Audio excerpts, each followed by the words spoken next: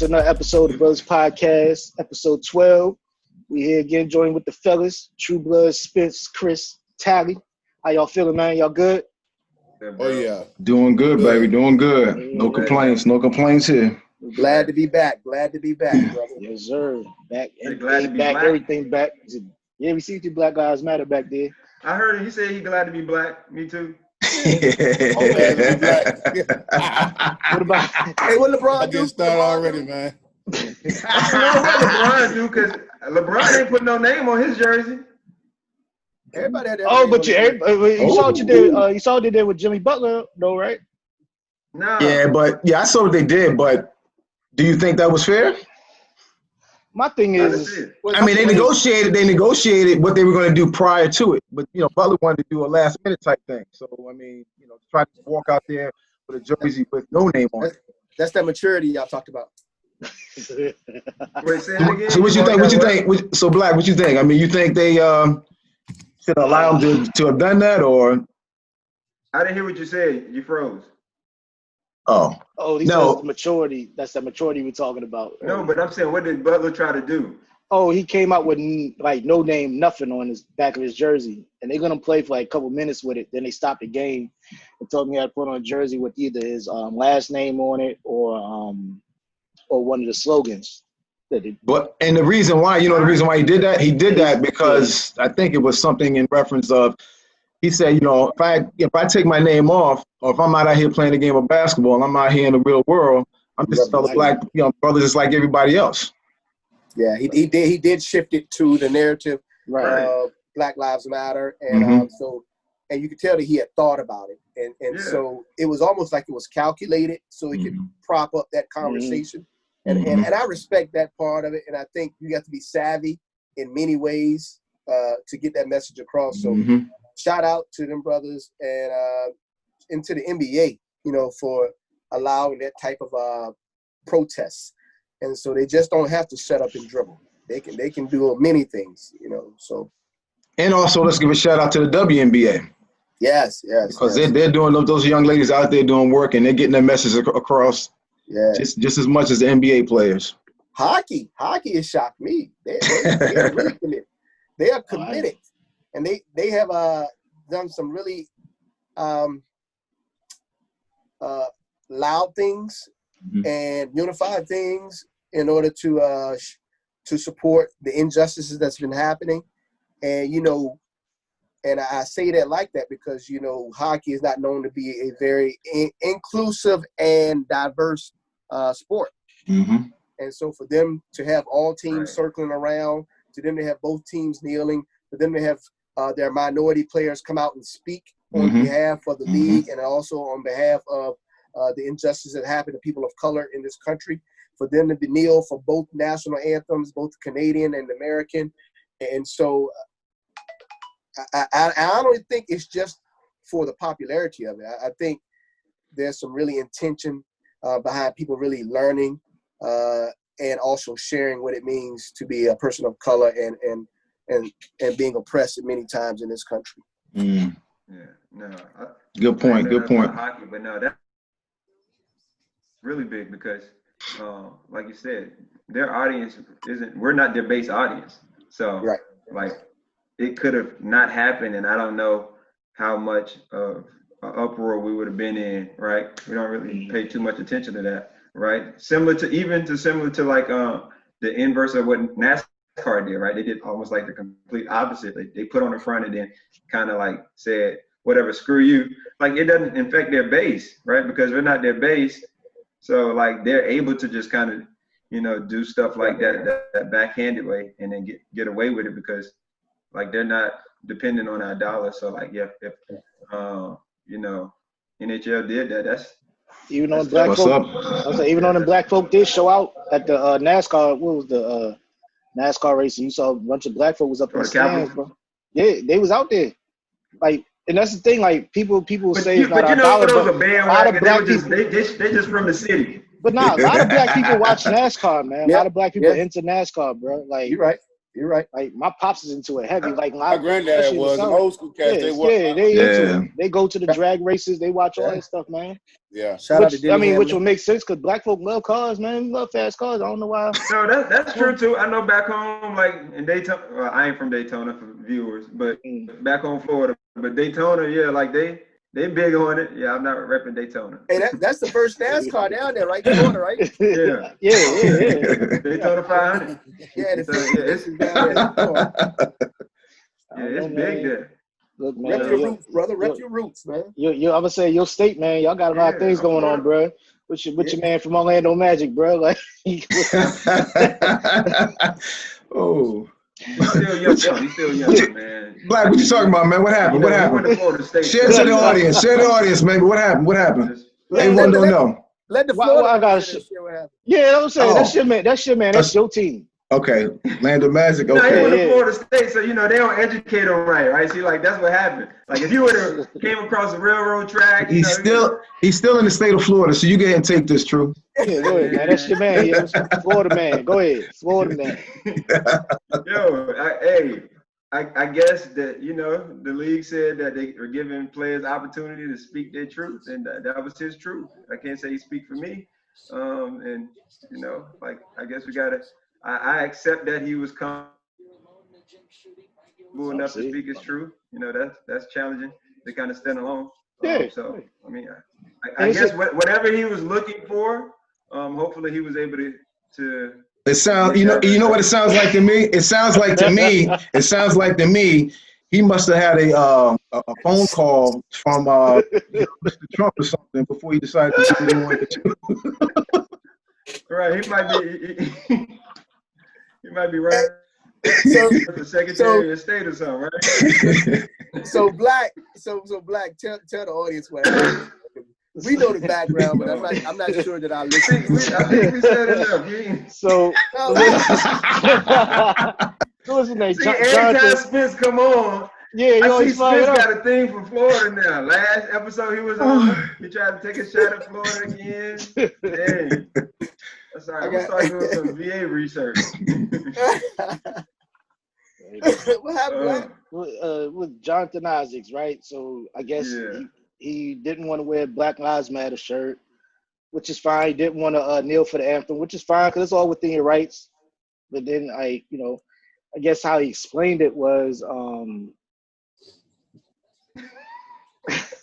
why he explained it, but no, because I think I heard a baseball player explain the same thing about it's disrespectful to his Lord and Savior to kneel, right? I mean, I don't got the whole thing, but that's pretty much what he was saying, though, right? Like he feel like it's right to kneel, which is cool, whatever. It should be.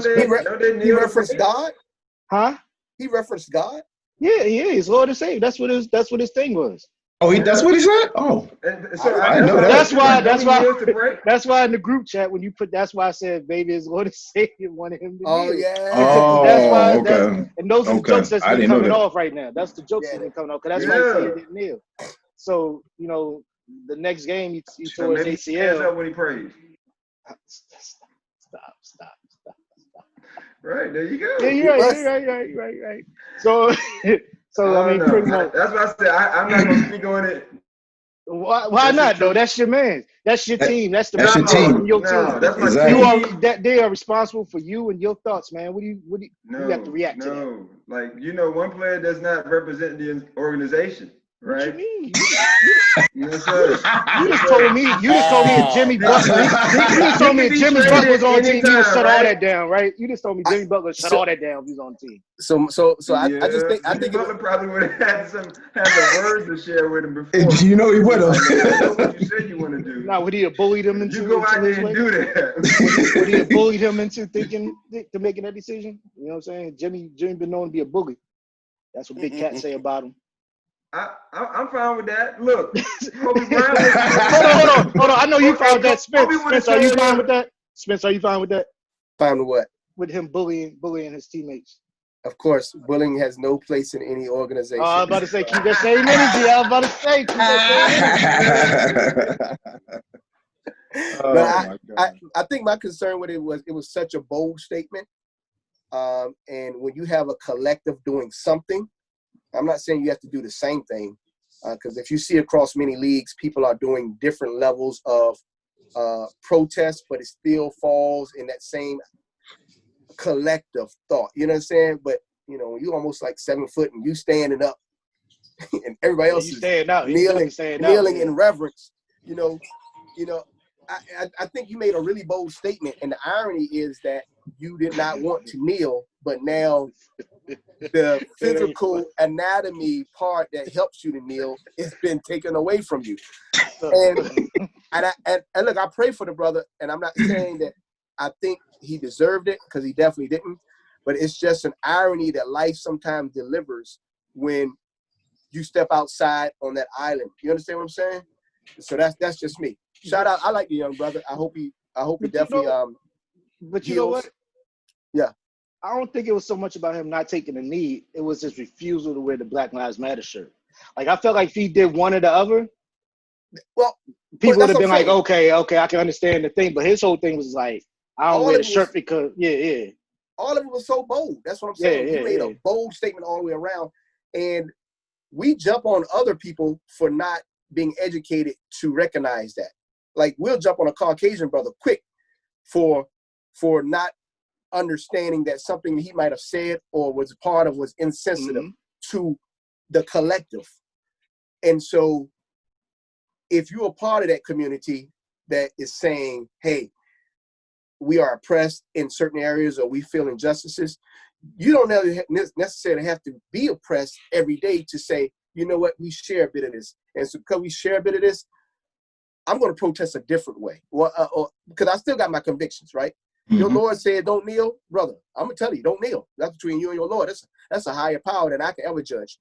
But you still have to say, even the people on the court will need to know that you have their back. And that's part of it. You understand? And so that's why I say. Well, he did say, didn't he say prior to him going out there, he had that conversation with his teammates and his teammates did have his back? Did he say that? I'm not sure. I thought I heard that. I could be wrong. And I don't know. Yeah, I don't know. So I think I heard that. I might be speaking in ignorance. And if I am, please, I beg forgiveness. And that's part of why we have these conversations, so we can continue to learn about what's going on. But, and I don't know about the young brother. He might be giving away millions of dollars to homes and organizations, and he might be doing mentoring in several stations in his life. So I'm speaking from probably a limited piece of information, but I'm just saying it was a interesting look and an ironic look, and that's why I brought it up on the in that previous conversation. But shout out to the Orlando Magic, yeah.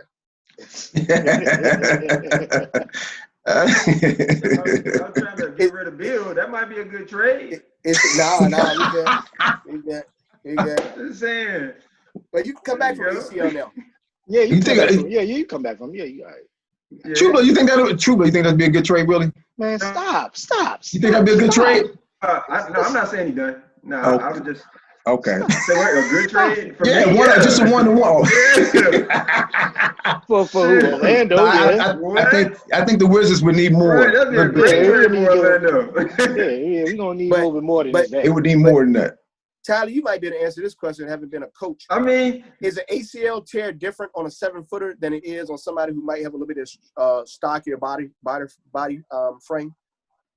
It just depends, man. Like I said, everybody's body structure is the same. I don't think it has no difference in their height wise. Just how if their knees, like a lot of, some got them locked knees, some of them like bow legged, and so some of them are straight down. So it just depends on how those bones are structured, man. Yeah. But a lot of it is just wear and tear. Like you can never predict it. Okay. It's just because it's a tendon. Right, so it's not a muscle. You can't really strengthen it like when you're working out. Right, it's a tendon that is holding the knee in place. So like there's nothing really you can do about it. It's almost like the equivalent of like you think of like a car tire, right? So like they have so many miles on it, and then some tires last a little bit longer than others. And another thing is like True Blood was saying, it's unpredictable. It's basically definitely a wear and tear. Because I've known athletes that have torn them and come back and have them, redone, work out, do it, strengthen them up and continue to play and never, ever had another one. But then you have, on the other hand, you have athletes that have torn that particular ACL, had the same doctor do the surgery, do the same type of format, boom, boom, boom, go through it, and then tear the same one over again later on down the line. So it's just a freak, So then my question is, I don't remember hearing about ACL tears when I was growing up in the 80s and 90s, the same way I hear about them now. Mm-hmm. Well, why do you think? Huh? We say about it in the 90s. Terrell Davis, Jamal, what's the boy from Atlanta? Jamal Anderson. Yeah, so you talking about late 90s. I'm talking about early 90s. We got age bracket over here. I'm a little older, brother. I'm talking about Roger Craig and David Metcalf. Okay, you talking about back in the day. Yeah. To that, I think it could be almost like the equivalent to the conversation about concussions, right? Okay. So concussions weren't a thing. Either lack of technology or lack of research or lack of concern about it. And then I think with the ACLs, Terry, it could be also the development of the technology that they're using. So like the turf fields is supposed to give you more shock absorber, but it's almost also speeding you up, right? So like it could be speeding up your turnover when you're running. So you're moving a little bit faster than what anatomically you're supposed to be moving. So now if you move faster, you have to stop and change directions, like your pound for pound impact. But you know what though, True? You had said something earlier, and Spence, I think this goes along with it too, because you figure back in the 90s, early 90s, up to this particular point, you have a lot of student athletes out here who are doing like they're on several AAU teams. Like True Blood was saying, there's a lot of wear and tear that's going on. Back in the day, a lot of these student athletes were just basically playing on that particular team. Okay. And they were just coming from there. But, this day and age, these kids are on 2 and 3 different types of AAU teams during high school years, after high school, then they go to college. So I mean, honestly, I just really think it's a wear and tear, because it's a lot more that they're doing to their bodies, throughout, those different teams, to whereas back in the day, you really didn't have that going on. May have been on a team here or there, but just a lot more wear and tear this day and age. Damn sure not playing in the playgrounds like they used to. Yeah. These kids are. If I ain't got no gym and no workout area, I'm not. Those bougie student athletes. That's what we got now. These bougie. I'm only gonna play in the gym. We used to go out there on the damn concrete. No one was bad for our knees. Get scratched up.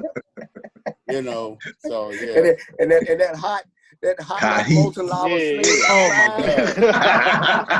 God. That's like you're immune to a lot of stuff having played on them doggone playgrounds. Right. You had no choice back in the day. Yeah, you had no choice. Yeah. Rust and everything. I'm surprised we didn't get tetanus shots every time we come out.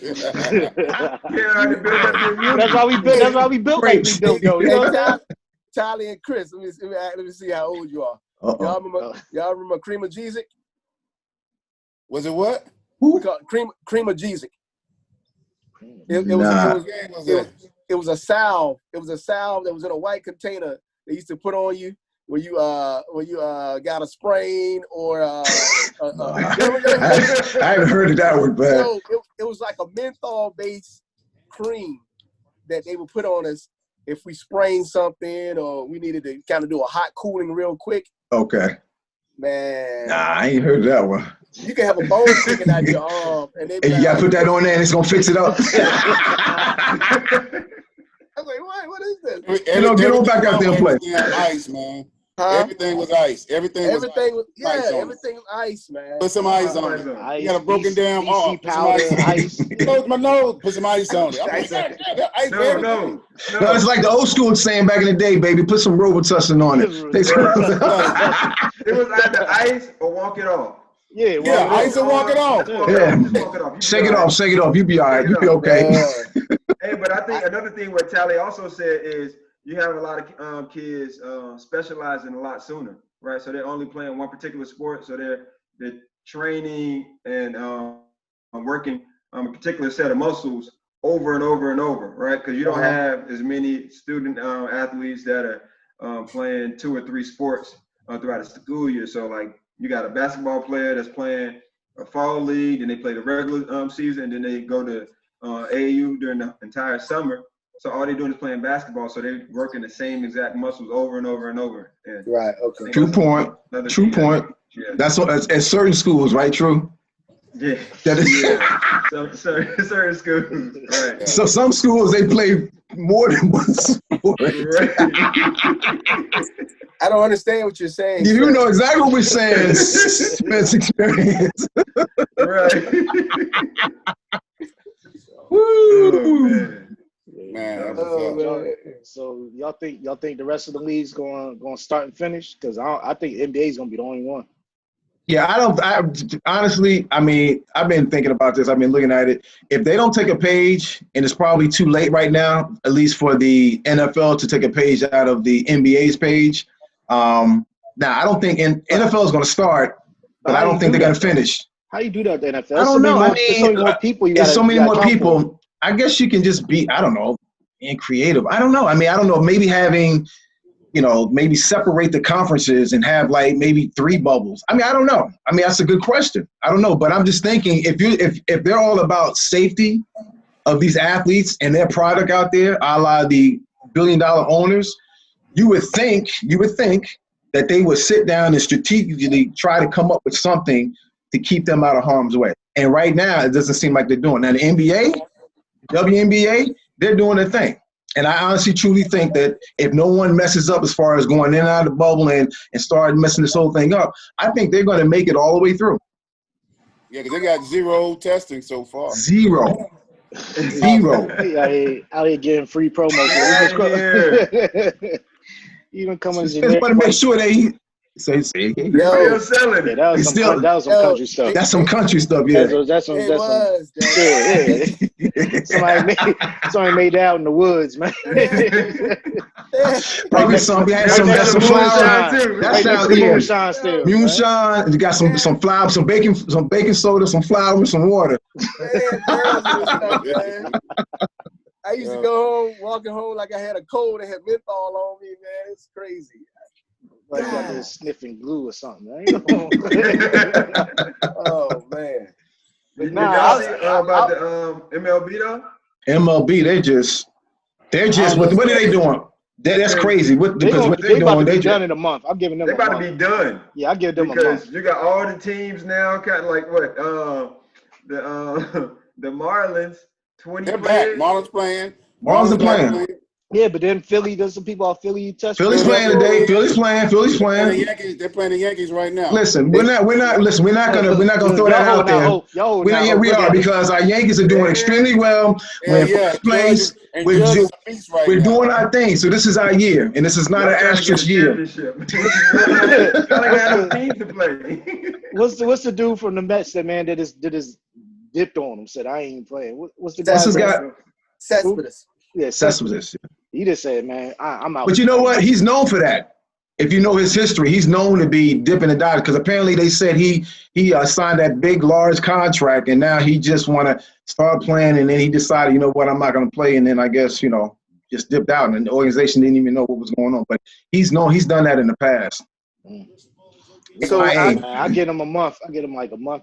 And it's going is it NFL that the guys are still getting a minimum contract even if they opt out? Is that the NFL? Like if they opt out, they have until tomorrow to opt out. If they decide to opt out, they will get $350,000. Okay, yeah. It's NFL, right? Yes. NFL. Is there any other league doing that? Not that I heard of. Nah. I don't think so. But see, with me, the NFL, you're playing devil's advocate now. Yeah, anything with the NFL, man, I just don't know why the owners will get together, go get an island, like how UFC did. They went and got them an island and said, we're gonna fight island over here. Like, if UFC can go buy island, NFL can go buy a super big island somewhere. Build like 10 fields on there, and then y'all play games like all day long.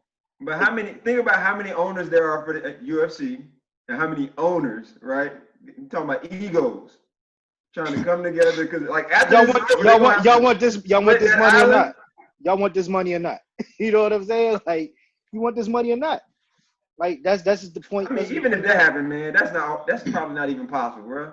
You got to build a stadium and like housing all the players. You don't have to build a stadium. Just build a field.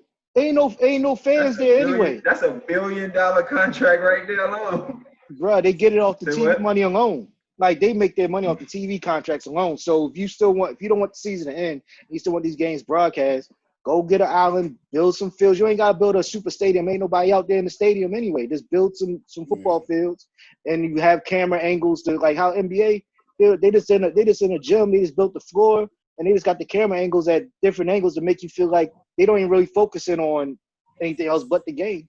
Like, you could do it in a way. Yeah, they're on the campus down there. The way that they're doing that. But I really honestly truly think the NFL is just going to take a person like the name of Tom Brady to catch this thing, and they're gonna shut it down.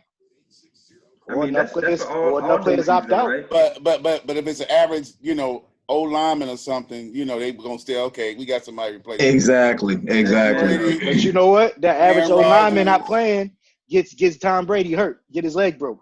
You know what I mean? I agree. So it's not like the NBA, like, oh, you can have an Adrian Bradley sit out, whatever, you go bring in somebody.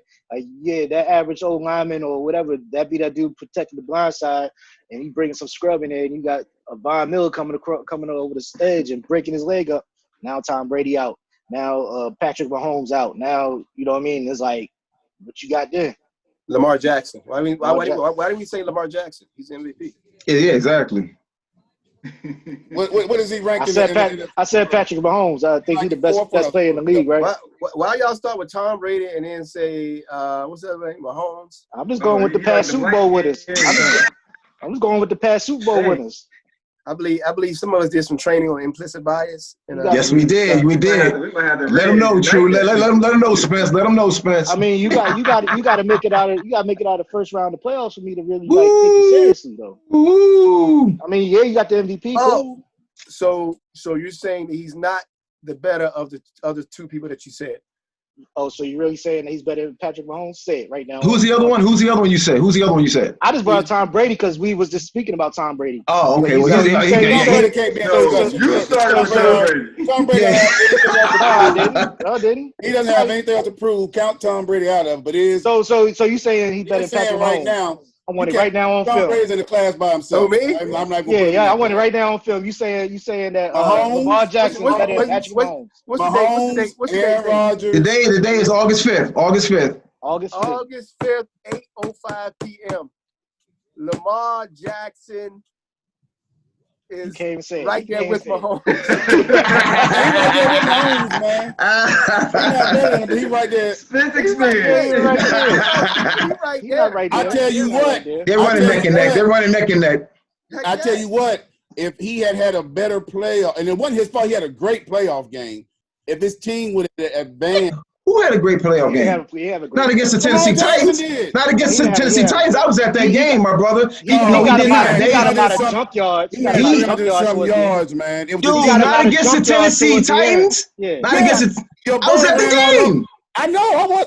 So Chris, he got a lot of jump yards towards the end of the game when they was exactly. They stopped him. What are you talking about? Go back and look at that game. He didn't have any interceptions. No, the difference was he didn't have any interceptions. Yes, he did. Listen. The difference was your boy had a beast of a game and ran all over the defense. Lamar. Oh man, that wasn't it. His play did not. It wasn't that, man. Tally. You got to go back. Tally, please go back and look at that game, please. Please. I'm telling you, man. I'm telling you. They made him look normal. They made him look extremely normal that particular game. He could not do anything. He couldn't do anything. They made him a pocket passer, man, and was like, ooh. So that's he couldn't do anything that game, man. He might be here, but I'm putting Deshaun Watson over. He watched the game. Oh, without a doubt. Deshaun, yeah, definitely. Over who? Lamar. I'm putting him over Lamar. Yeah, Watson's like that. He's a better passer. And he can hell no. Y'all ridiculous now. Deshaun Watson's not a better passer than Lamar Jackson? Hell no. Come on. Hell no. That man had an MVP season. That man had an MVP season. Y'all give that man respect. Yeah, he had an MVP season because his team went. He ran for 2,000 yards and his team went 13 or whatever. He was good too. What do you say, True Blood? Can I talk about college? Deshaun was a better quarterback in college. Thank you. He was a better quarterback coming out. What team he played for in college? Oh, Deshaun Clemson. Okay. He had a better program around him. He got a better program around him. So we're saying that Deshaun has a better program now than he definitely does. Not what you said. Not what you said. Not what you said. Not what you We're said. talking about now. I'm talking about now. Now let's talk about now. So if I gotta pick one of them two quarterbacks, and I'm gonna build my franchise around, I'm picking Lamar Jackson. Easily. If I gotta go in the backyard, I love Deshaun. Deshaun Watson's a great kid. Yeah. And he's right there, but he's not right. I mean, he's right behind Lamar Jackson, man. So the reason you're saying that is because you're being biased. You're an ACC fan. You don't like Clemson. You like North Carolina. We understand where this is going. But let's talk about y'all biases. Y'all keep talking about. Lamar Jackson played in Louisville. I know. I know. They keep bringing up these fair-skinned quarterbacks, man. We got to talk about this implicit biases. You like to about Deshaun Watson is not fair-skinned. What are you talking about? He's your complexion. He's your complexion. He's your complexion. Come on, what are you talking about? What are you talking about? I'm tired of y'all not giving Michael Vick, Tyrod Taylor, Lamar Jackson. He said Tyrod Taylor, quarterback. Tyrod Taylor. You said Tyrod Taylor. Yeah, y'all not giving them. You gonna die on that hill? He said Tyrod Taylor. Tyrod Taylor. Who y'all gonna prop? You could have said Vince Young. Vince Young got a raw deal. Vince Young got a raw deal. Oh my God. Fisher is trash, man. Fisher messed up his whole career. There's no way in the world like he didn't get another opportunity. He could have been the next Steve McNair. You don't get that opportunity. You better catch lightning in the bottle if you're certain quarterbacks. That's true. Oh yeah, we know. Right. True. That's true. And that's definitely true. Man. It's sad because some quarterbacks can make millions of dollars as a backup. I mean, that's just ridiculous. Exactly. And they the 30th, 40th worst quarterback in the league. Mm-hmm. That's why your boy Patrick Mahomes went on ahead and got that big fat contract. Get it, brother. I don't blame him. Go ahead and get it, man. Because all I'm gonna say about Lamar Jackson is we've seen this before with RG3, and then they figured it out. They figured it out. Wait a minute. Black. Wait a minute, Black. I was with you, Black. No, don't compare the RG3. Not what you mean. We saw the same exact thing from RG3, and they figured it out. Hey. Right? So he got to show me. So this year he got to come back. He got to show me he can stand in that pocket, read the defense, and to make them throws. Man, that's all. Because when Tennessee made him do it, he couldn't do it. When San Diego the year before that made him do it, he couldn't do it.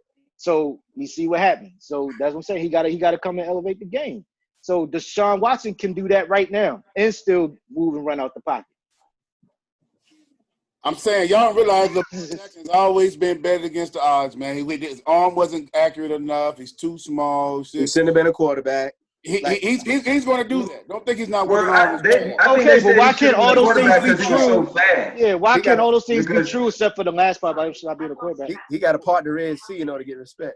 But why all those things can't be true? He's small, his arm's not accurate. Why he can't be that and then build on it? I'm saying build on it. He has built on it. I'm saying, but keep building. Like, because people expose you. Now, if anybody's not content or satisfied why the year turned out as Lamar Jackson, he don't even care about that MVP. The way his performance was against I mean, he didn't have a bad game, but of course he felt like it was all on him when they lost to Tennessee. So he's gonna come back hungry. He had a bad game. I think Patrick Mahomes is gonna have the hangover. And have you seen him as a leader? Who? Lamar Jackson. Great leader.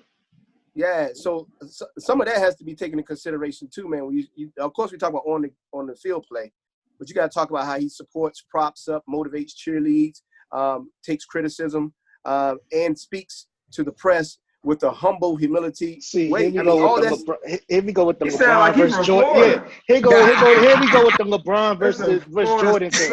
Like, are we talking about on the field production? Or are we talking about everything? Like, what are we talking about? We gonna talk about him as the person? He's a great dude. What happened? I missed you. I haven't watched him, but I know he got to be doing something though. He got to be doing something on the field. That's Florida. He's nice. He ran for 2,000 yards this year. Like, he's nice. He's nice. Nah, He ran for 2,000 yards. He was nice in Louisville, but they ain't like to give him his props. No, he was nice in Louisville, but the one thing that I didn't like that they did a whole lot was they did a bunch of design run plays for him, which I get it. Like which they're still doing now. which is still doing now in the NFL for him. Oh, just so we clear. But he still can pass in the top. He still can pass in the top 5-10%. Man. He has some. So the problem is the scale is so high when you can do both that if you miss a couple throws, it's like, oh my God, he can't pass. No, he has a heck of an arm, and his accuracy is getting better. Okay. He does have a heck of an arm. Louisville, he does have great accuracy. But if you can throw really well and cannot run a lick, but look the part and look the norm, and then you're the greatest ever. You like Superman. You Clark Kent out there. That's all I'm saying. We gotta look at how we judge that. All right. So what I'm saying is, can the team game plan? Everybody else can't do it, right? So if you're this good running and this good passing, what I'm saying to y'all is, that's all well, great and good. That's great. But we have seen when a team has actually sat down and took a week off and game plan just for him and say, we're going to make him do this. We see what happens. How many years has he been in the league? He's been in the league, same amount as Patrick Mahomes, right? Mm-hmm.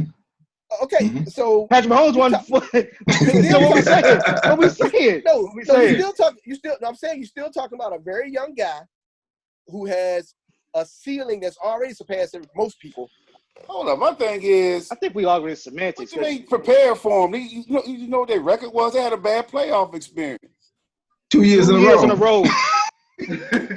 Where they game plan for him to say we got to stop him, and they game plan for him, and he could, and it looked different. It looked different in the regular season. That's all I'm saying. Who beat the first year in the playoffs?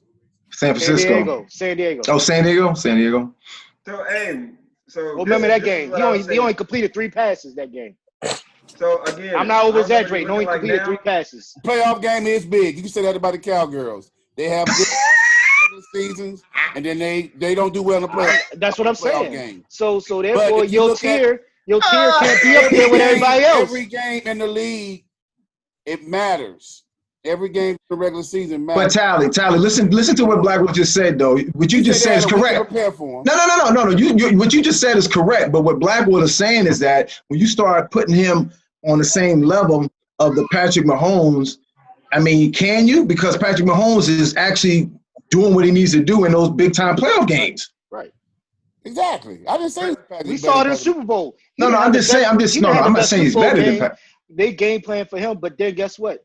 He switched up that game plan and said, okay, y'all gonna make me do this? I'm gonna adjust and do this. You know what I'm saying? Like, he can go a different switch than what Lamar can at this point. I'm not saying he can't get there, because he can get there. He just not there yet. They got a better coach too. But what it sounds like, what y'all saying, is coach, they got a better coach.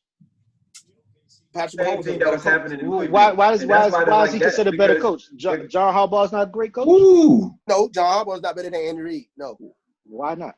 Andy Reid hasn't won anything until this. Why not? He just won his first ring this past year. He won when he had Superman at quarterback. He didn't do nothing in Philadelphia. But it's not about the ring. It's not. Andy Reid, by all his players will tell you that he's a masterful offensive coach. Mm-hmm. Okay, but what happens when a team takes off? It goes same thing I'm saying. When the team game plan against his coaching, he don't always come up big. This is what makes Belichick so different from the others, because he could sit down, come up with a game plan, and say, I'm going to disrupt everything you're doing over there. Except for when it comes against the Giants. Except for against the Giants. He can't do that against the Giants. Can't do it against the Giants. But that's what I'm saying. It's the same thing. When you can sit down and out-strategize and out-coach the other team. Andy Reid gets out-coached a lot in the big games. He almost got out-coached in the Super Bowl, and Patrick Mahomes didn't save it. Exactly. You can say that. I'm hiring Andy Reid over John Harbaugh. And I think you are too. I'm not. Because Harbaugh is a motive. But Spence. Also, how can you say Spence? How can you say that? How can you say that if you're sitting here saying how hyped and how talented Lamar Jackson is? What Harbaugh has done within the past couple of years, especially this past year, he has drawn up. Okay, with his coaching staff. Well, hear me out. An offensive game plan for this brother to succeed to where he's at right now. You don't believe that? No, I believe you're right. And I'm not saying he sucks. I'm saying I'm taking Andy Reid, and I think most columnists and people who report will all say Andy Reid will go in the Hall of Fame before John Harbaugh. He got a Super Bowl. He got a Super Bowl now. Yeah. He's a better coach. If they both retire right now. And Mahomes, I would argue, probably had better weapons than which guy had in Baltimore, than Lamar Jackson had in Baltimore. He got a cheater for Christ's sakes. He got two tight ends. Don't he got two tight ends there? He got that one. Are like how many Lamar five? Got? Lamar got like 5 tight ends out there he could throw to. He got your boy Hollywood Brown out there going deep over the corner. He got 3 or 4 running backs back there. Mm-hmm. Hey, come on, so man. They got a good team. They got a good team. They got a good team. They have a very good team. This.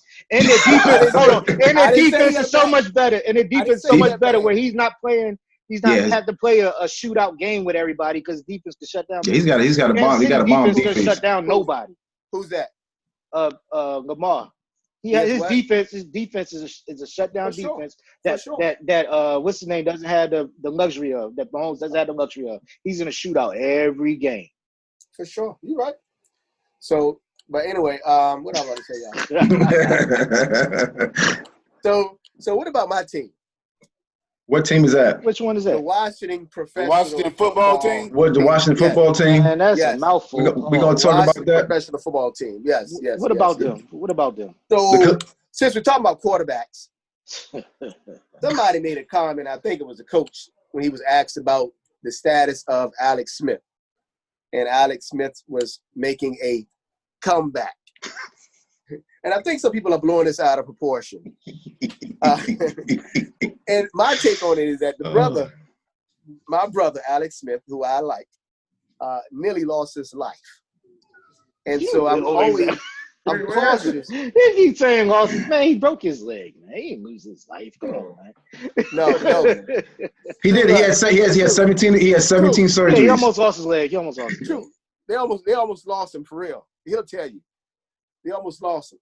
And so for people to say he's almost back or he's going to challenge Dwayne Haskins, I just find that to be laughable.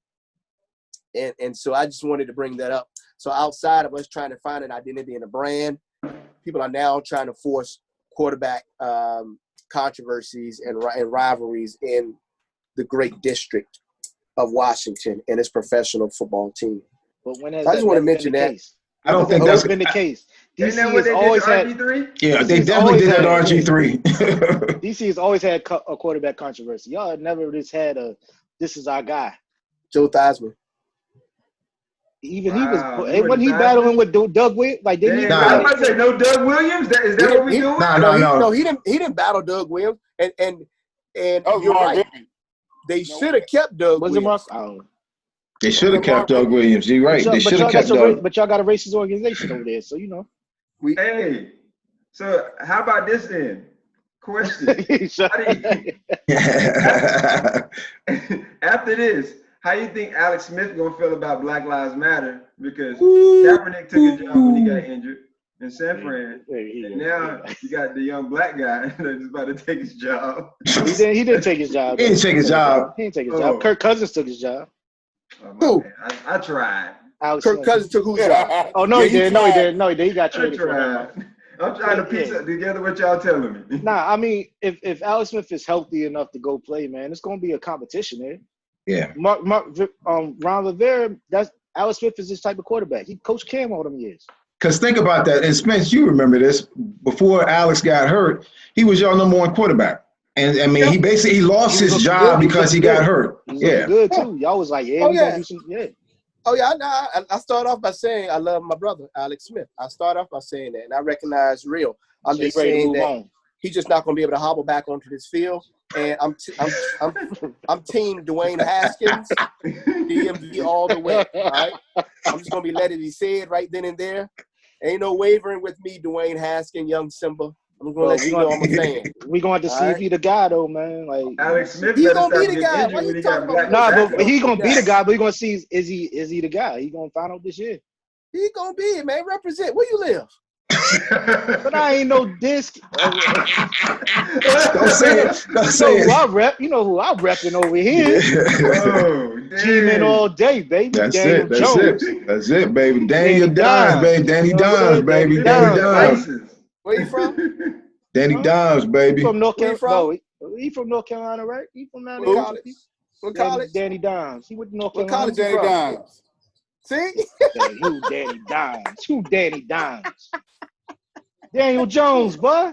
Daniel Jones, baby. Don't even. I'm gonna let his. Y'all gonna know his name. You gonna know his name this year. You'll figure it out. Yeah, you'll figure it out this year. Oh, what's it Duke? He went to Duke. Yeah, he went to Duke. He went to Duke. Helped you out. He went to Duke. He went to Duke. It's okay. Went to Duke. I know he be throwing them things out there. Yes, he does. Oh, y'all trying to give y'all okay.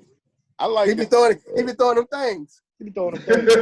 You hold on. You saw when he played Washington. You saw when he played Washington. I know you saw that game, Spence. You saw that game last year when he was going up against your boy Dwayne Haskins. There y'all go hyping them people up. They don't really need to be hyped up yet. But you over here shouting out Dwayne Haskins. Dwayne Haskins, like he's something. Just go ahead and say he's okay. Then when he grows into it, you can say, all right, that's the dude. Then you can say that. Nah, why would I do that? Because for the same reason you making Lamar Jackson jump over hurdles and tricks, and he got. Am I making him jump over hurdles? Or am I saying he's not on the level of Patrick Mahomes? Or am I saying he's not on the level of Patrick Mahomes? Am I talking crazy or what? Like, I ain't saying the boy is nice. I'm saying he's a step down from Patrick Mahomes. Baby. Look, I asked you the question. Is he better? A baby step. Is he right there? Baby step. I think Patrick Mahomes has a much better arm as far as strength wise. But I think his IQ. I think his IQ is off the chart. Yeah. By being a former baseball player. Being a former baseball player, Tyler, you gotta give him that. His IQ is off the chart. Yeah. I give him that. What that means? Oh my God! What that mean? What that mean? Does Mahomes run better than Tyler, you hear this? What he said? What did he say? What does that mean? Spence over here tripping. Talking about baseball. Out of all the sports, he's talking about, he's a baseball player. His IQ is his father. You know who his father was? A baseball player. That's 80% of baseball players can't speak English. His father was a professional baseball player. Was that racist? His father was a professional baseball player. Racist. Yeah, exactly. A football player can't speak English. This whole conversation. Out of all the sports, he was like, he played baseball. Yeah, his father was a professional baseball player. Exactly. But look, his dad can't pass it on him. Jordan got 2 sons, and none of them Jordan. Well, listen, I ain't got nothing to do with that. He was in got nothing to do with that. He was in the dugout doing quadratic equation. I know for a fact his father was a stud, and that's why Patrick is a stud. Please give me a break. Like Arizona. He was getting ready to play baseball. You see, he's a hell of a quarterback. Yeah, he is. Who? Arizona. What's Mahomes. Our golfer's more intelligent too? No, Arizona. Well, I mean, Tiger Woods. Spencer got it. Spence, I don't know. You tell me because I don't follow golf. I don't know. First round start tomorrow. Tiger 10 off tomorrow. Shout out to Tiger. Yeah, he 10 off tomorrow. Okay. Yeah, y'all shout out. He ain't gonna hold it up with you. Y'all go ahead and shout out Tiger. On that one. Hey, Tiger, y'all need to get your golf game. OJ. I said Tiger in the same class as OJ. Oh Lord. Oh Lord. I ain't black, I'm OJ. Mm-hmm. Okay. I'm with you on that. I hear you, True. Mm-hmm. Him, Terry Crews, all them. Black Terry Crews. Y'all out there. So y'all they only down with us when it's convenient, man. He said what? They only down with us when it's convenient, man. Only down when it's convenient? Yeah. But society let them know. Society let Tiger know who he was. Oh yeah, quick, fast, in a hurry. He try to come back home. You can get all what you can. You can do all that all you want to.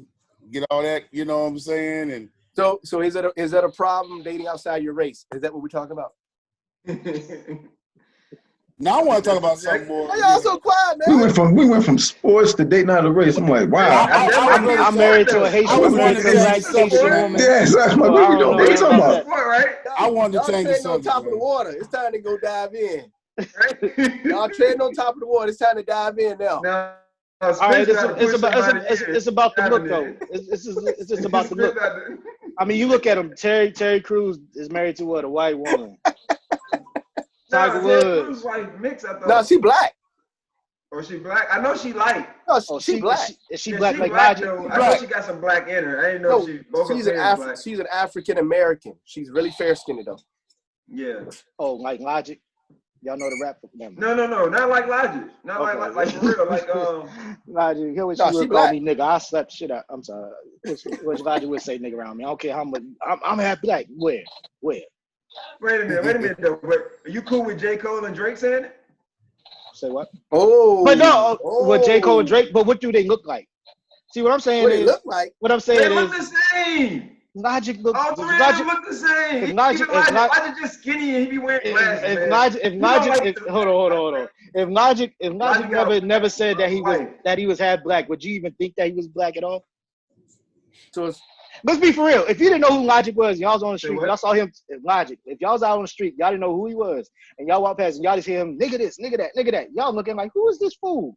Y'all wouldn't be like, oh, he had black. That dude look white as I don't know what. Chris looking, Chris mentality looks like, I don't know. Google. I don't know what you're talking about. Pull out your phone and Google Logic, the rapper right now, and tell me what he look like. No, he looked like a mixed guy to me though. Like he got the little black, brown, curly hair.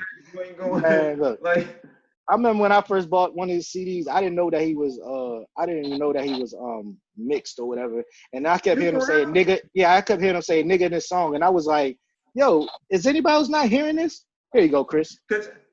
He looks just like he looks just like the dude from what's that show called? Hold on. What do he look like, Chris? What do he look like? I mean, that picture. What's that show? Picture. That's what he look like. Huh? Drake looked like he black. Mixed with black. That's what Drake looked like on that show. What show? Degrassi. Oh, yeah. Yeah, Degrassi. Yeah. I never watched it, so I don't know. But I'm just saying, yo, that boy looked like. That was Drake. What do you look like there? What do you look like in this picture? He look white there to me too. So you gonna discount? You gonna in that picture? He looked like he Hispanic, like the character from Spider-Man. Spider-Man. What? He look like Spider-Man character. He look Hispanic, man. Get out of here, man. That boy look really white. No, he definitely don't look Hispanic. He does not look Hispanic. He not getting pulled over. He not getting pulled over in a fancy car. He don't look black there. He don't look. That's him right there. He look a lot different than you show. So he and what does that look like? That says Drake. Come on, bro. So you discount that ancestry he has because he has. I'm not discounting nothing. I'm just saying it just don't look right. Like if y'all was walking past him in the street and y'all heard him saying niggas, y'all wouldn't be like, oh, okay, he passed. Y'all be like, wait a minute, this dude bugging over here. That's why we gotta go deeper. We can't do a surface level. Right, ask him who your mama. What your mama look like? I mean, but we probably need to ask them questions. Let me see your ancestry.com. Now, probably need to answer them questions. Ancestry.com. But is it how you look that matters, or is it your heart and what you do that matters? And that's the question we're talking about. So I think we called out Tiger Woods, and I think we called out what's the other boy, big boy name? Terry Crews, because there was some questionable comment or actions that may have went against the collective. Y'all see this Coon acronym? Which one? Y'all see he came out with an acronym for Coon. Oh, what was it? No. Hold on. Y'all keep talking. I'm gonna find it right quick. Man, Maxwell is like a low-key Terry Crews fan, bro. Y'all, it was all over the social. Y'all gotta be on Twitter, man. It was all over the socials, man. Here we go. Terry Crews. Hey, Tyler, where your stash at, man? Here we go. He was in the shenanigans. Here we go. Coon. Stash. The C stands for conquer. O is R. The other O. Own. N. Negativity. Conquer our own negativity. Nice play on words. Nice play on words. That nigga don't go sit down somewhere, man. Just stop talking. Like, where's your publicist at this point? Yo, shut up. He is his publicist. Shut up. Like, just stop talking. I agree. Just stop talking. He related to Trump. He like, I'm not saying what they write for me. I'm gonna say my own foolishness. But to answer your question, it really don't matter what you look like, man. It really is about your actions, man, and how you, if you go out your way to just put down people or whoever. You know what I mean? Like you see your motive in what you're trying to do over here, man, your agenda. So like you said with Tiger Woods, like he made it very clear. He tried to separate himself from the black side, say, no, I'm not, don't label me, whatever. You know what I mean? And then he gets his white wife, blonde hair, looks the part. And we all see it sometimes, but we know what that is. But that's all he dated at Stanford, I heard. But I mean, you figure he would, because you see he doesn't identify with that other side. You know what I'm saying? Like he doesn't identify with it. And that could be brought through by a multitude of things. Maybe he was never accepted as that growing up in kid. Maybe he didn't grow up in a community where it was a bunch of black people at. Because I mean, that's what it is, man. I think it's an environment, and then, like you said, he's always been around. I mean, when you think of golf, think about people with money, man. You think about that environment his dad had put in for him. I mean, he worked on his craft, but Tiger, I don't know, he didn't come from like a struggling family. And then his dad traveled so much, he was exposed to a lot of, you look at Kobe. Well, Kobe did have some black. Kobe was exposed. So wait a minute.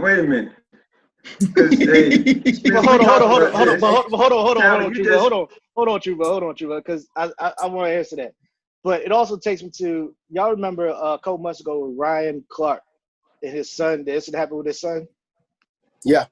And what he was explaining was that he was mad at himself because, like, maybe I haven't had my kid experience that it doesn't matter that you have the money here or I got the money and where you come from. Like, you can't be just approaching people's cars like the way you, like, begging them to buy you food or whatever, or buy this. Like, it's just not a good look. And he was mad at himself, saying, like, maybe I sheltered him too much to say, to show him, like, you still a black man. No matter if you live in this big house and you go to this fancy school and all this other stuff, end of the day, you still looked at as a black man.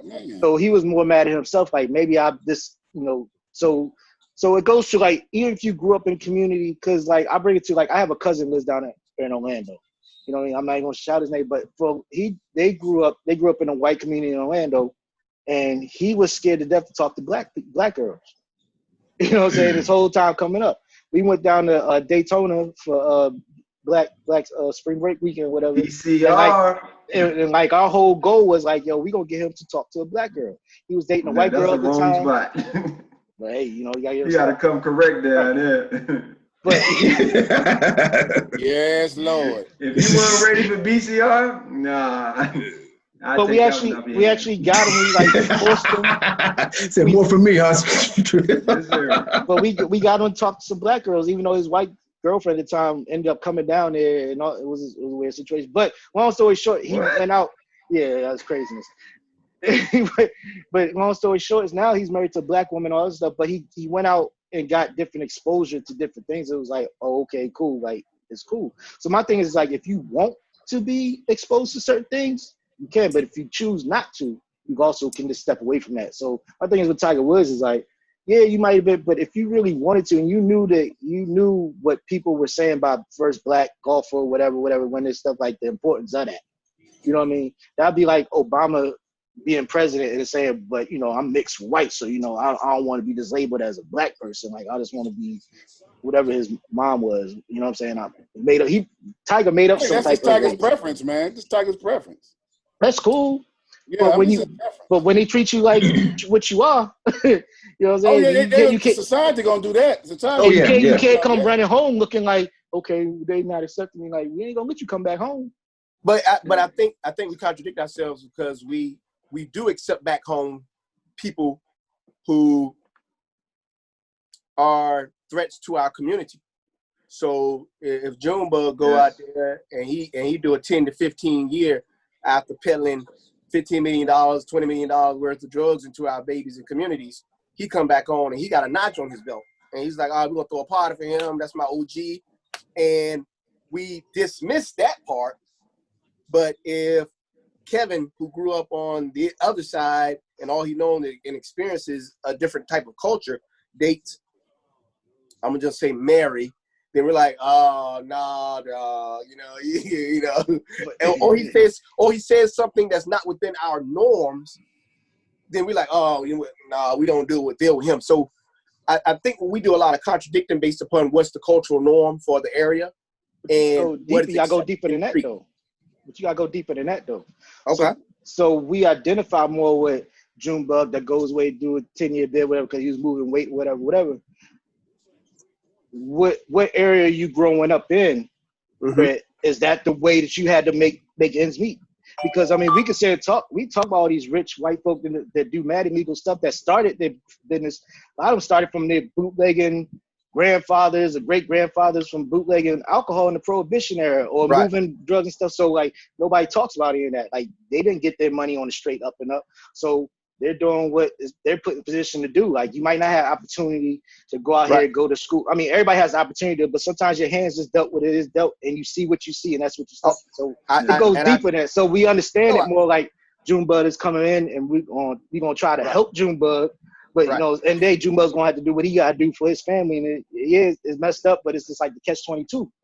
Yeah, everybody talk about Chicago, like all the shootings and stuff going on Chicago and all that stuff, but yeah, you put like talk about all the schools that are closing down Chicago. You know what I mean? And he going back to the same community. He's going back to the same community with no real rehabilitation in the jail. Right. Different. What's that? Because if you leave that community and then you go back to it, right, and that environment hasn't changed, like they're gonna be probably more welcoming because it's like, well, yeah, man, like. And they're not really doing reform in jail. You know what I mean? Like you're not really prepping you to go out into the world. Like you've been out the world for 10 years. Now they just gonna dump you back in there and say, now you gotta go get a job. You gotta, stay on paper. You gotta do this, do that. And this is like, no, I get the cultural part. I get the anthropological part of that. Believe me, I do. But what I'm saying is that on the other side, then we have to, if we're gonna glorify that, we can't then jump on the other side and say, well, I'm not down with Tiger, but I'm gonna be down with the things that Tiger represents, like Balenciagos and all these other Italian-made, European-made things that we hype up that don't give back to our community. And Junebug might have given back to our community, so I see why you're going to hype him up. So it's like, depending on the cultural narrative that's happening at the time, we're able to kind of flip-flop in between. And what I'm asking is, if you're in that community, you be for the community. And if somebody is not doing the best they can for the community, you go and prop them up and hold them up. You understand what I'm saying? Because we'll hype up Junebug when he gets back, but we're not writing him letters when he's down. We're not sending anything, putting on his books when he's in. We're not taking care of his mom or his baby mama or his kids while they're down. And so it's a flip-flop wishy-washy that we sometimes do. And if we're going to do it, let's do it all the way. You know what I'm saying? If we're going to do it all the way. Go ahead. No, go ahead. I was about to ask a question, though, because, I mean, it's interesting we got on this topic because I posted something a few weeks back, and I had kind of got in a conversation with, I was posting, you see the poster go out and the black men marrying the black women, right? So then I got a rebuttal from a female friend back in school, like, protesting it. So I'm like, okay, so she asked for stats. I sent her the stats or what have you. And then she's still like not accepting it, right? So then she made a comment and I was like, what? I was like, yeah, let me just stop this comment. But I want to know what y'all take on it. She made a comment because I sent her the stats or what have you. And then she said, oh, so if they say they black, then I guess you count them as black. Because then she tried to throw in, oh, that also counts mixed people. The stats that I sent her. It didn't say nothing about biracial individuals. It just said black men, black women. This was the percentage. And then she made a comment and she was like, oh, that's probably considering biracial people too. And she was like, so I guess if they consider themselves black, then they black. And I was like, see, this is always the like I don't understand it. Like if they identify as black, then should you not count as black? Right. And she's black, so that's why I was confused. I'm like, my thing is it's the narrative that a black man gets successful and then he goes and steps outside his race, which we know is not. First of all, what do you define? Because we see a lot of doctors, we see a lot of lawyers, we see a lot of principals, we see a lot of people that success is defined by whoever it is. So they looking at the superstar, but even with the entertainer stuff, a majority of them are married to black women.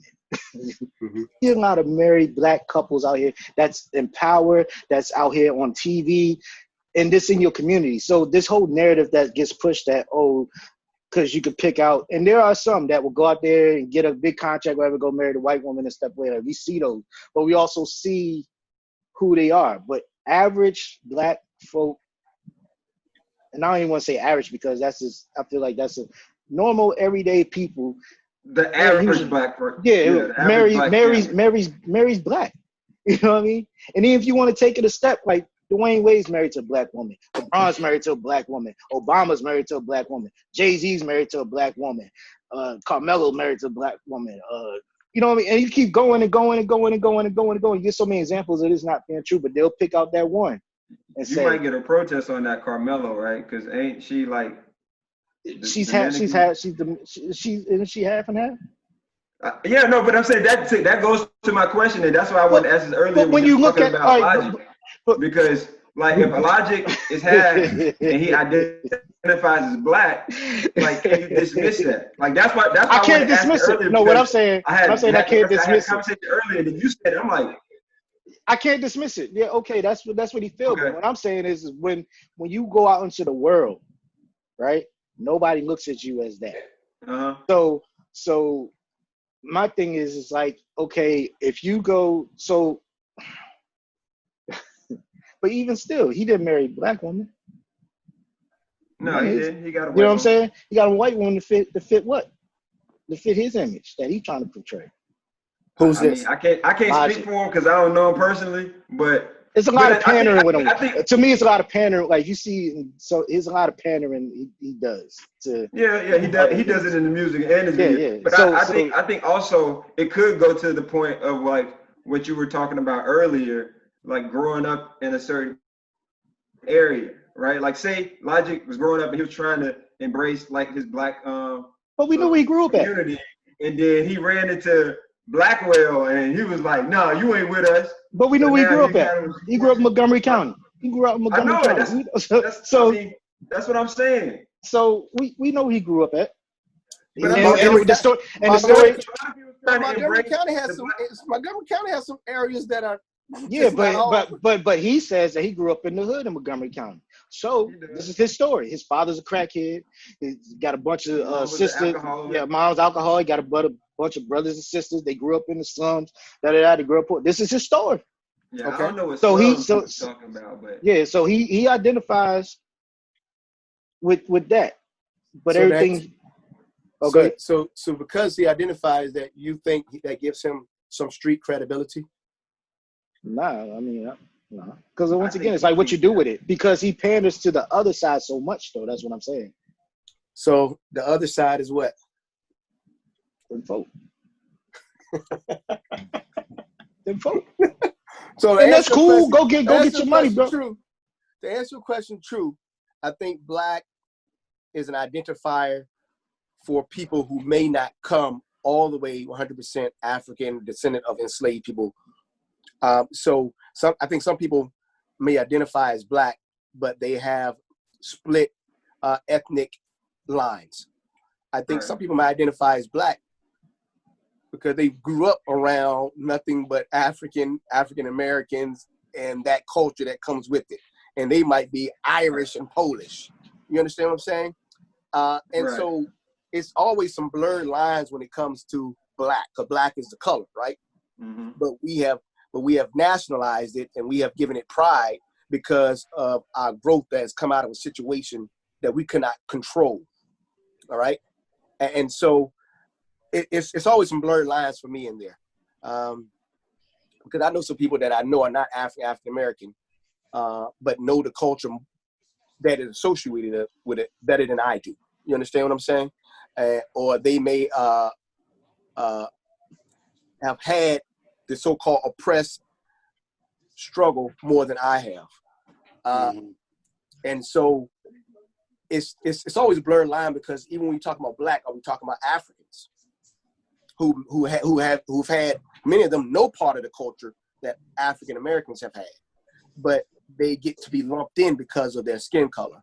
And so it's always, I'm just saying, it. Who? What you say? I said, and sometimes they don't want to embrace it, right? Like they don't acknowledge it as them as being black. They acknowledge themselves as being African. Exactly. So, that's a whole nother conversation. Exactly. And it's always blurred lines because it's a book called The 9 Black Presidents. I don't know if you all read it, and it talks about about the African ancestry of some of the people we call our forefathers and founding fathers of these United States. And that's what I was talking about earlier on a few podcasts when I was saying some of the names. Okay. Yeah. That's right. Yeah. So that's an interesting book. So we can't just stop at skin color, even though it helps to invoke pride a lot of times. We got to go deeper. We got to go below. We got to stop treading the water and go a little deeper, like Blackwell said earlier. And by doing that, I think we become educated and less ignorant. And what we hope is that the majority population would want to do that. They would want to go deeper and just not look at skin color and say, hey, you know what? This person, because they're particular skin color or they're associated with this culture, are a threat. And that's, I think, what the whole goal is and the whole hope is for me. Yeah, I agree with that. My thing is, it's not even so much about skin color. I'm just about your actions, man. Like, what is it that I can see that you're doing?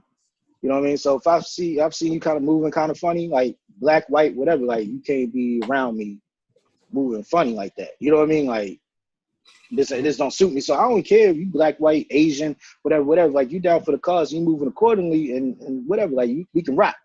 But if I see you not moving according to what I would consider moving accordingly for me, like I can't rock with that.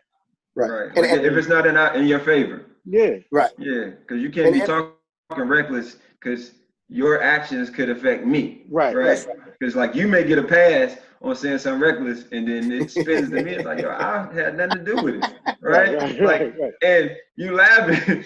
That's like, I think maybe another episode we got to talk about like the PWI HBCU experience. Because when I started out at the PWI and I went out with a few friends, they do some crazy stuff. Like, yo, y'all gotta chill. Yeah. With y'all, like, something happened, y'all gonna get a pass. And I had to learn, like, man, I ain't moving with y'all. But I mean, but that's the conversation our parents used to always have with us, you know, before we left the house and all that stuff. You know what I mean? Like, you can't be out there doing this stuff. You gotta know, like, this is what it is. Do you think Logic got that talk from his peoples? Well, based on the story that he gave, no, he didn't get no talk. That's what I'm saying, because nobody's looking at him. The house. Nobody's looking at him. He even says it himself. He's like, he's careful to make sure not to say the word nigga around people that don't know him because he knows how he looks and how it can come off. So he knows himself that I don't. But like what you said, I don't know if it's like a physical appearance look, because I'm serious, man. Like he doesn't look too much off from like Drake. But like how he carries himself look. Hold on. Look at Chris' face. Look at Chris. What do you see? What do you think the man looks like?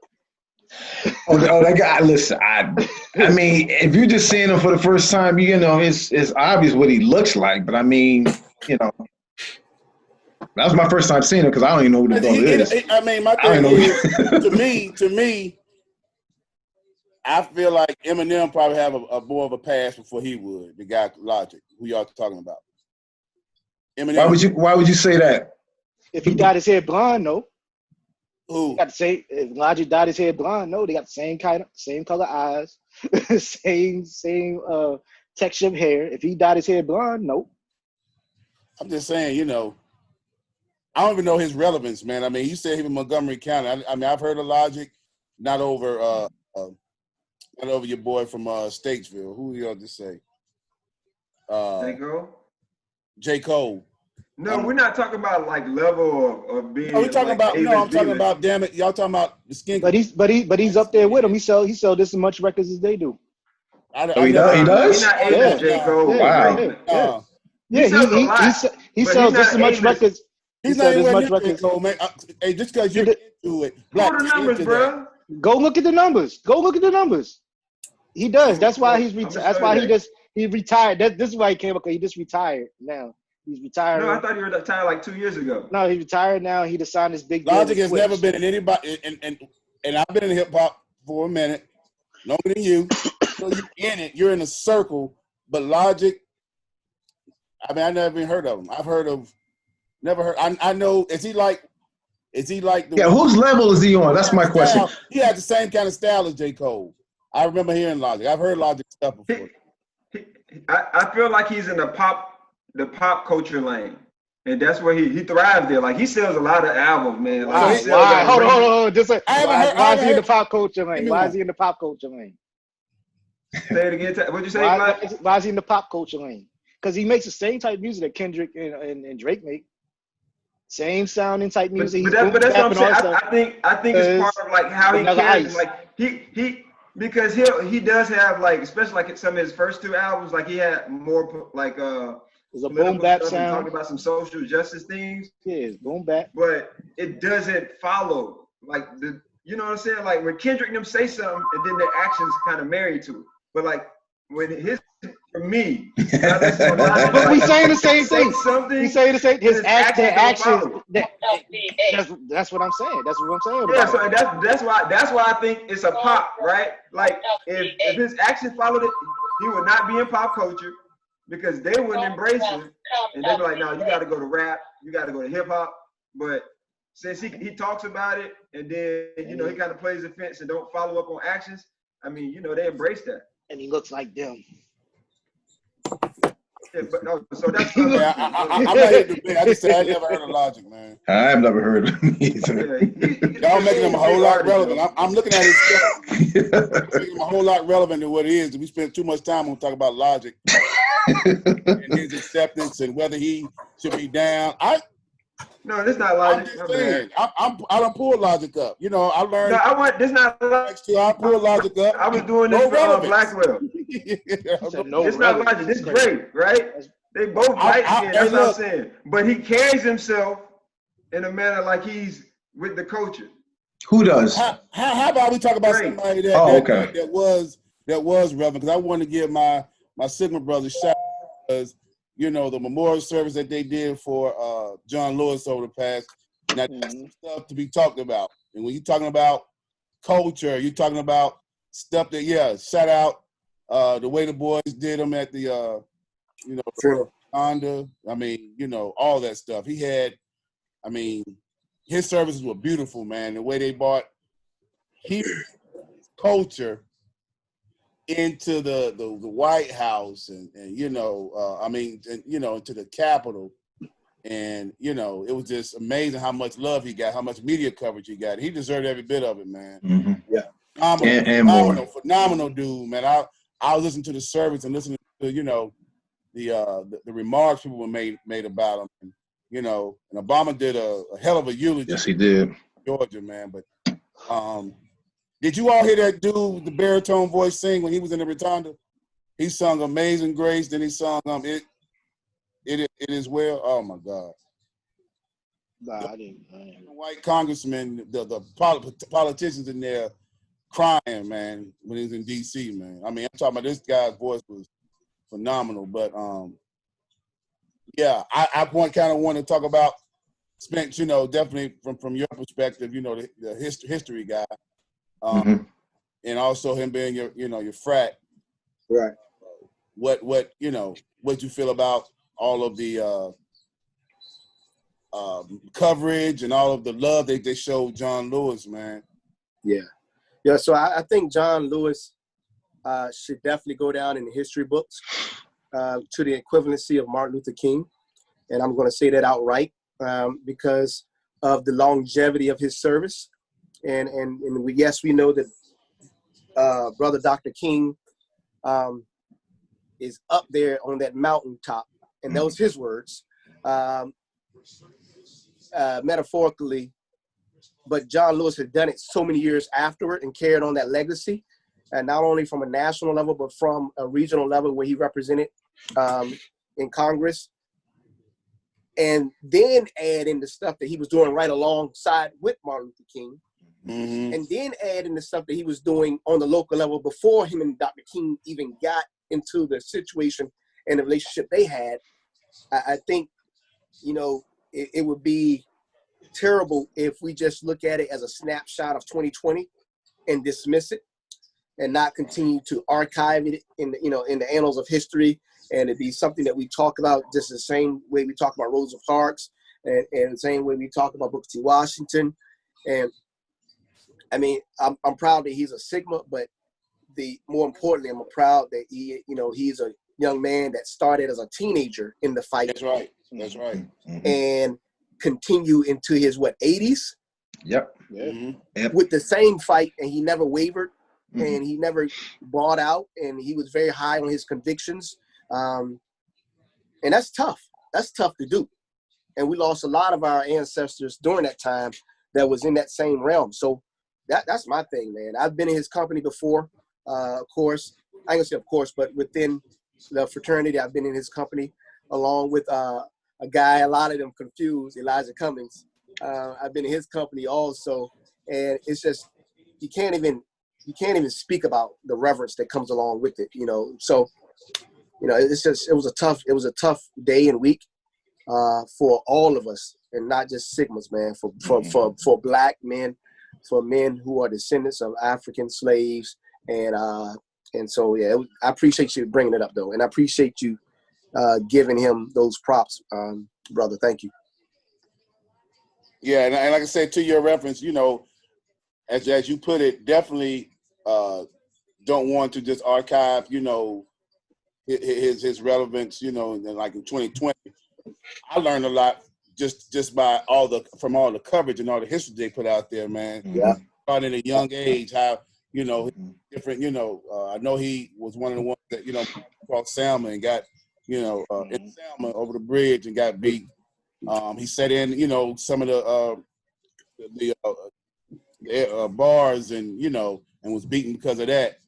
And he took some ass whippings, man. I mean, he took some, but he kept going. And even at an early age, he kept getting arrested, man. I'm sitting, they showing shots of him, had to be at least in his 70s, still getting arrested, man, for his cause. And what was this thing? He liked to get in, necessary trouble.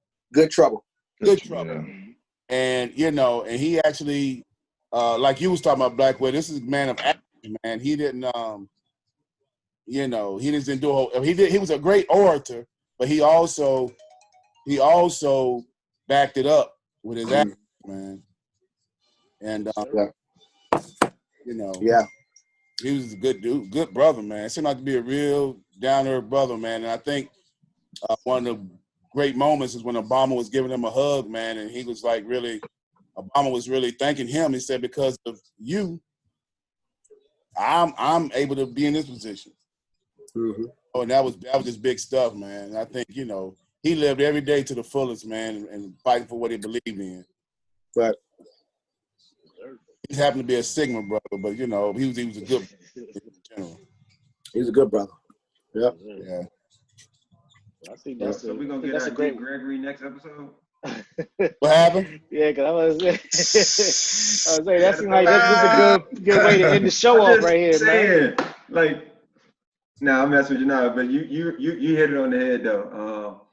Like, he was a great dude, and like you said, I learned more about it because now it was a popular thing to share, and like, I don't know, sometimes I feel like it sucks, like we kind of get robbed, right, of like learning this stuff while they're still here, to kind of really try to engage with them more if you have the opportunity, like in whichever outlet, pay attention to some of their interviews and stuff like that, because like you said, he's done a whole lot, a whole lot, and over many years, and just to be able to try to capture all that in a snapshot, it's almost sometimes like a disservice. It's like it's a highlight, right? And it's a highlight tape, but you can't put all the highlights in there, right? You don't have enough time. So like I think it was just really interesting just learning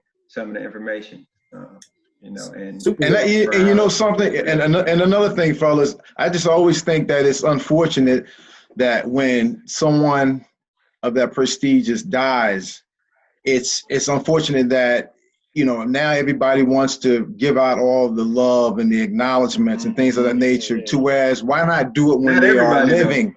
Not everybody, but I'm just saying. Did y'all see that? Usually, why can't we give the love and the acknowledgement while they are here, while they are breathing? okay, why they can hear what what you got to say about them, but that's just our society. Yeah, it's just human nature, man. Yeah. Everybody reflects once you're gone instead of while you're here. Cause did y'all see how y'all man 45 kind of dodged that acknowledgement? I was like, dang. It's like how you receive a question and make it about yourself. That's him though. I'm not. That's what he him. does. I'm not surprised by anything that man do. That's just who he is, man. Yeah, you're right. I'm not surprised. At this point, it's unfortunate because that type of energy transitions and it flows downward. And we always talk about how leadership drives organizations, how leadership drives culture.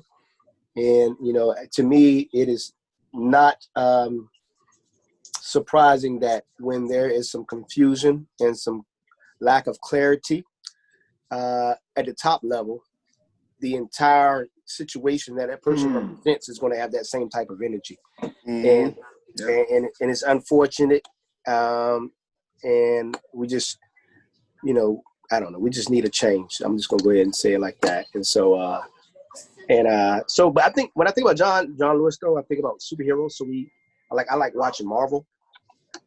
And, we got to check ourselves because we'll sit there and watch these things for hours on hours.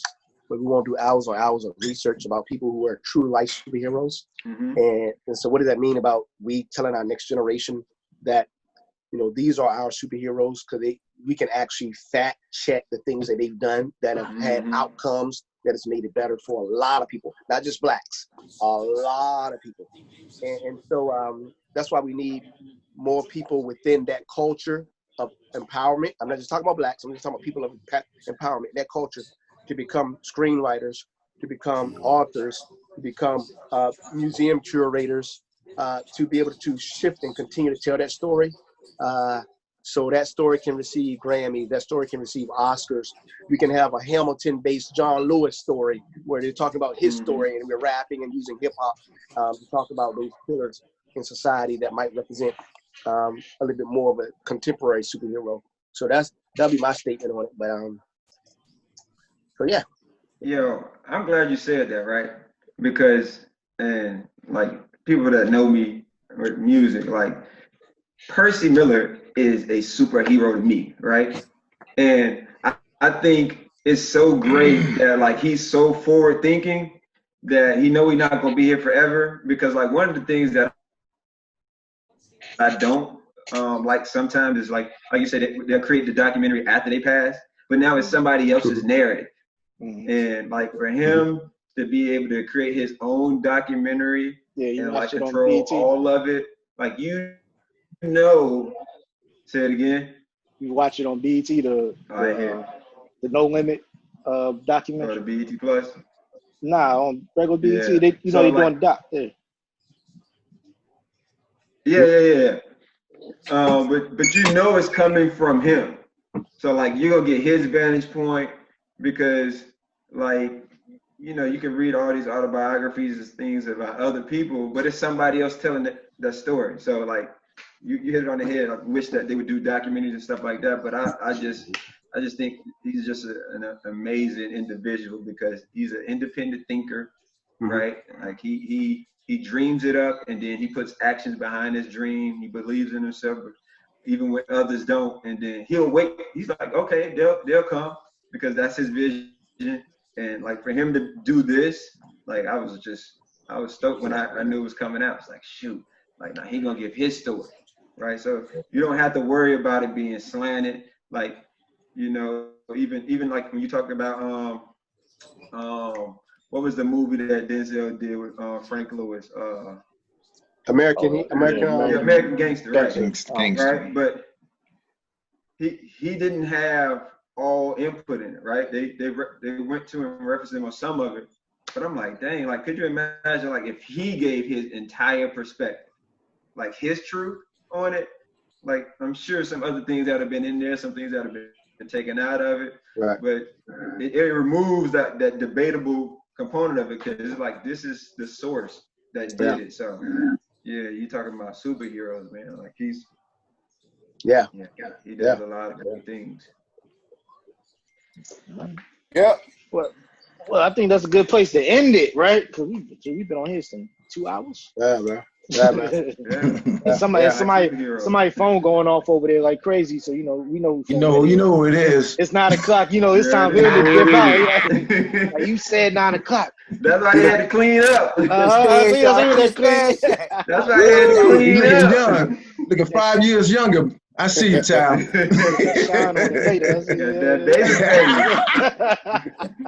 Blaze done. What he did? Like, yeah. All that.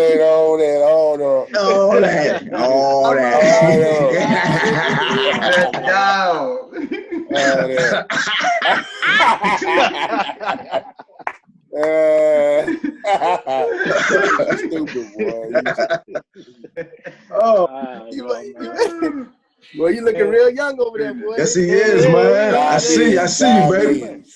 Well, you like Jamarcus Russell, boy. Oh, he's stupid.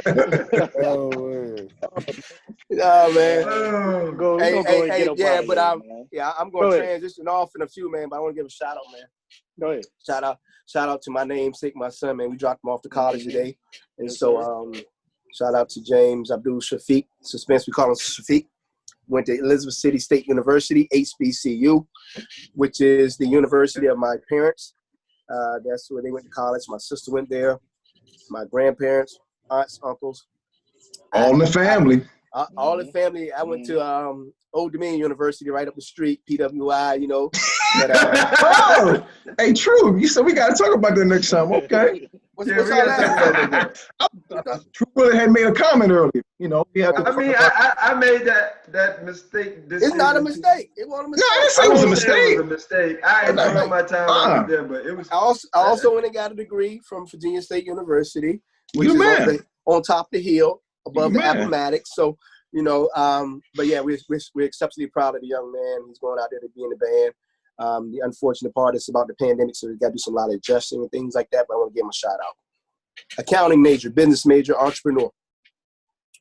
Sound like a good. Hey, I want to give a shout out to my son Isaiah and the Tri Sigma chapter, Phi Beta Sigma. Just last week, he celebrated his first Sigma bursary. First year. All right. Good stuff. Good man. Congratulations to the brother. Yeah. Don't be in a haze. Let me see. I want to acknowledge my son, JR, because he ain't out there on social media, so we're just going to keep his alias, JR. I guess that ain't too much of an alias, right?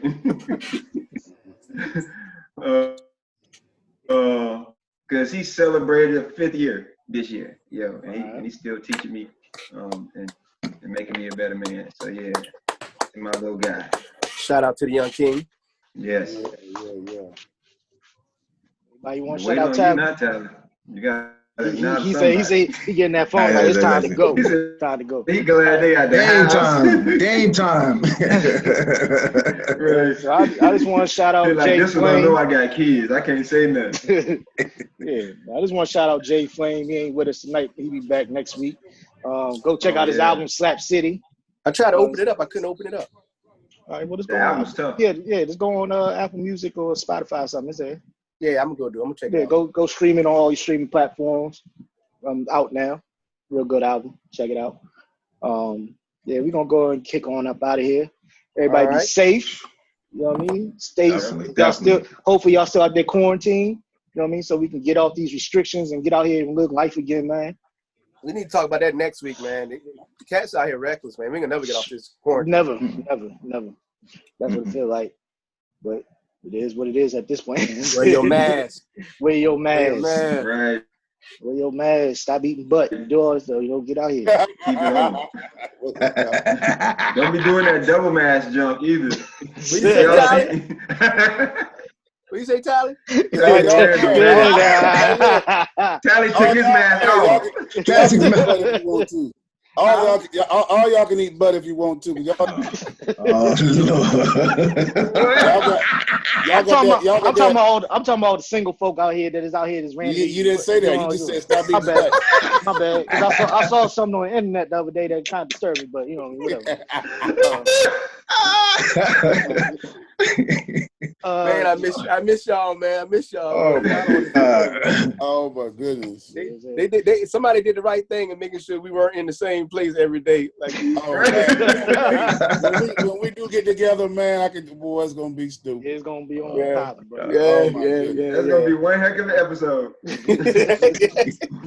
Damn, he said one of episode. No, one heck of episode. One heck of it. Okay. But all right, man. Everybody be good. Like you said, be safe, brothers, man. All right, bro. Yep. Peace. Peace. Hotel.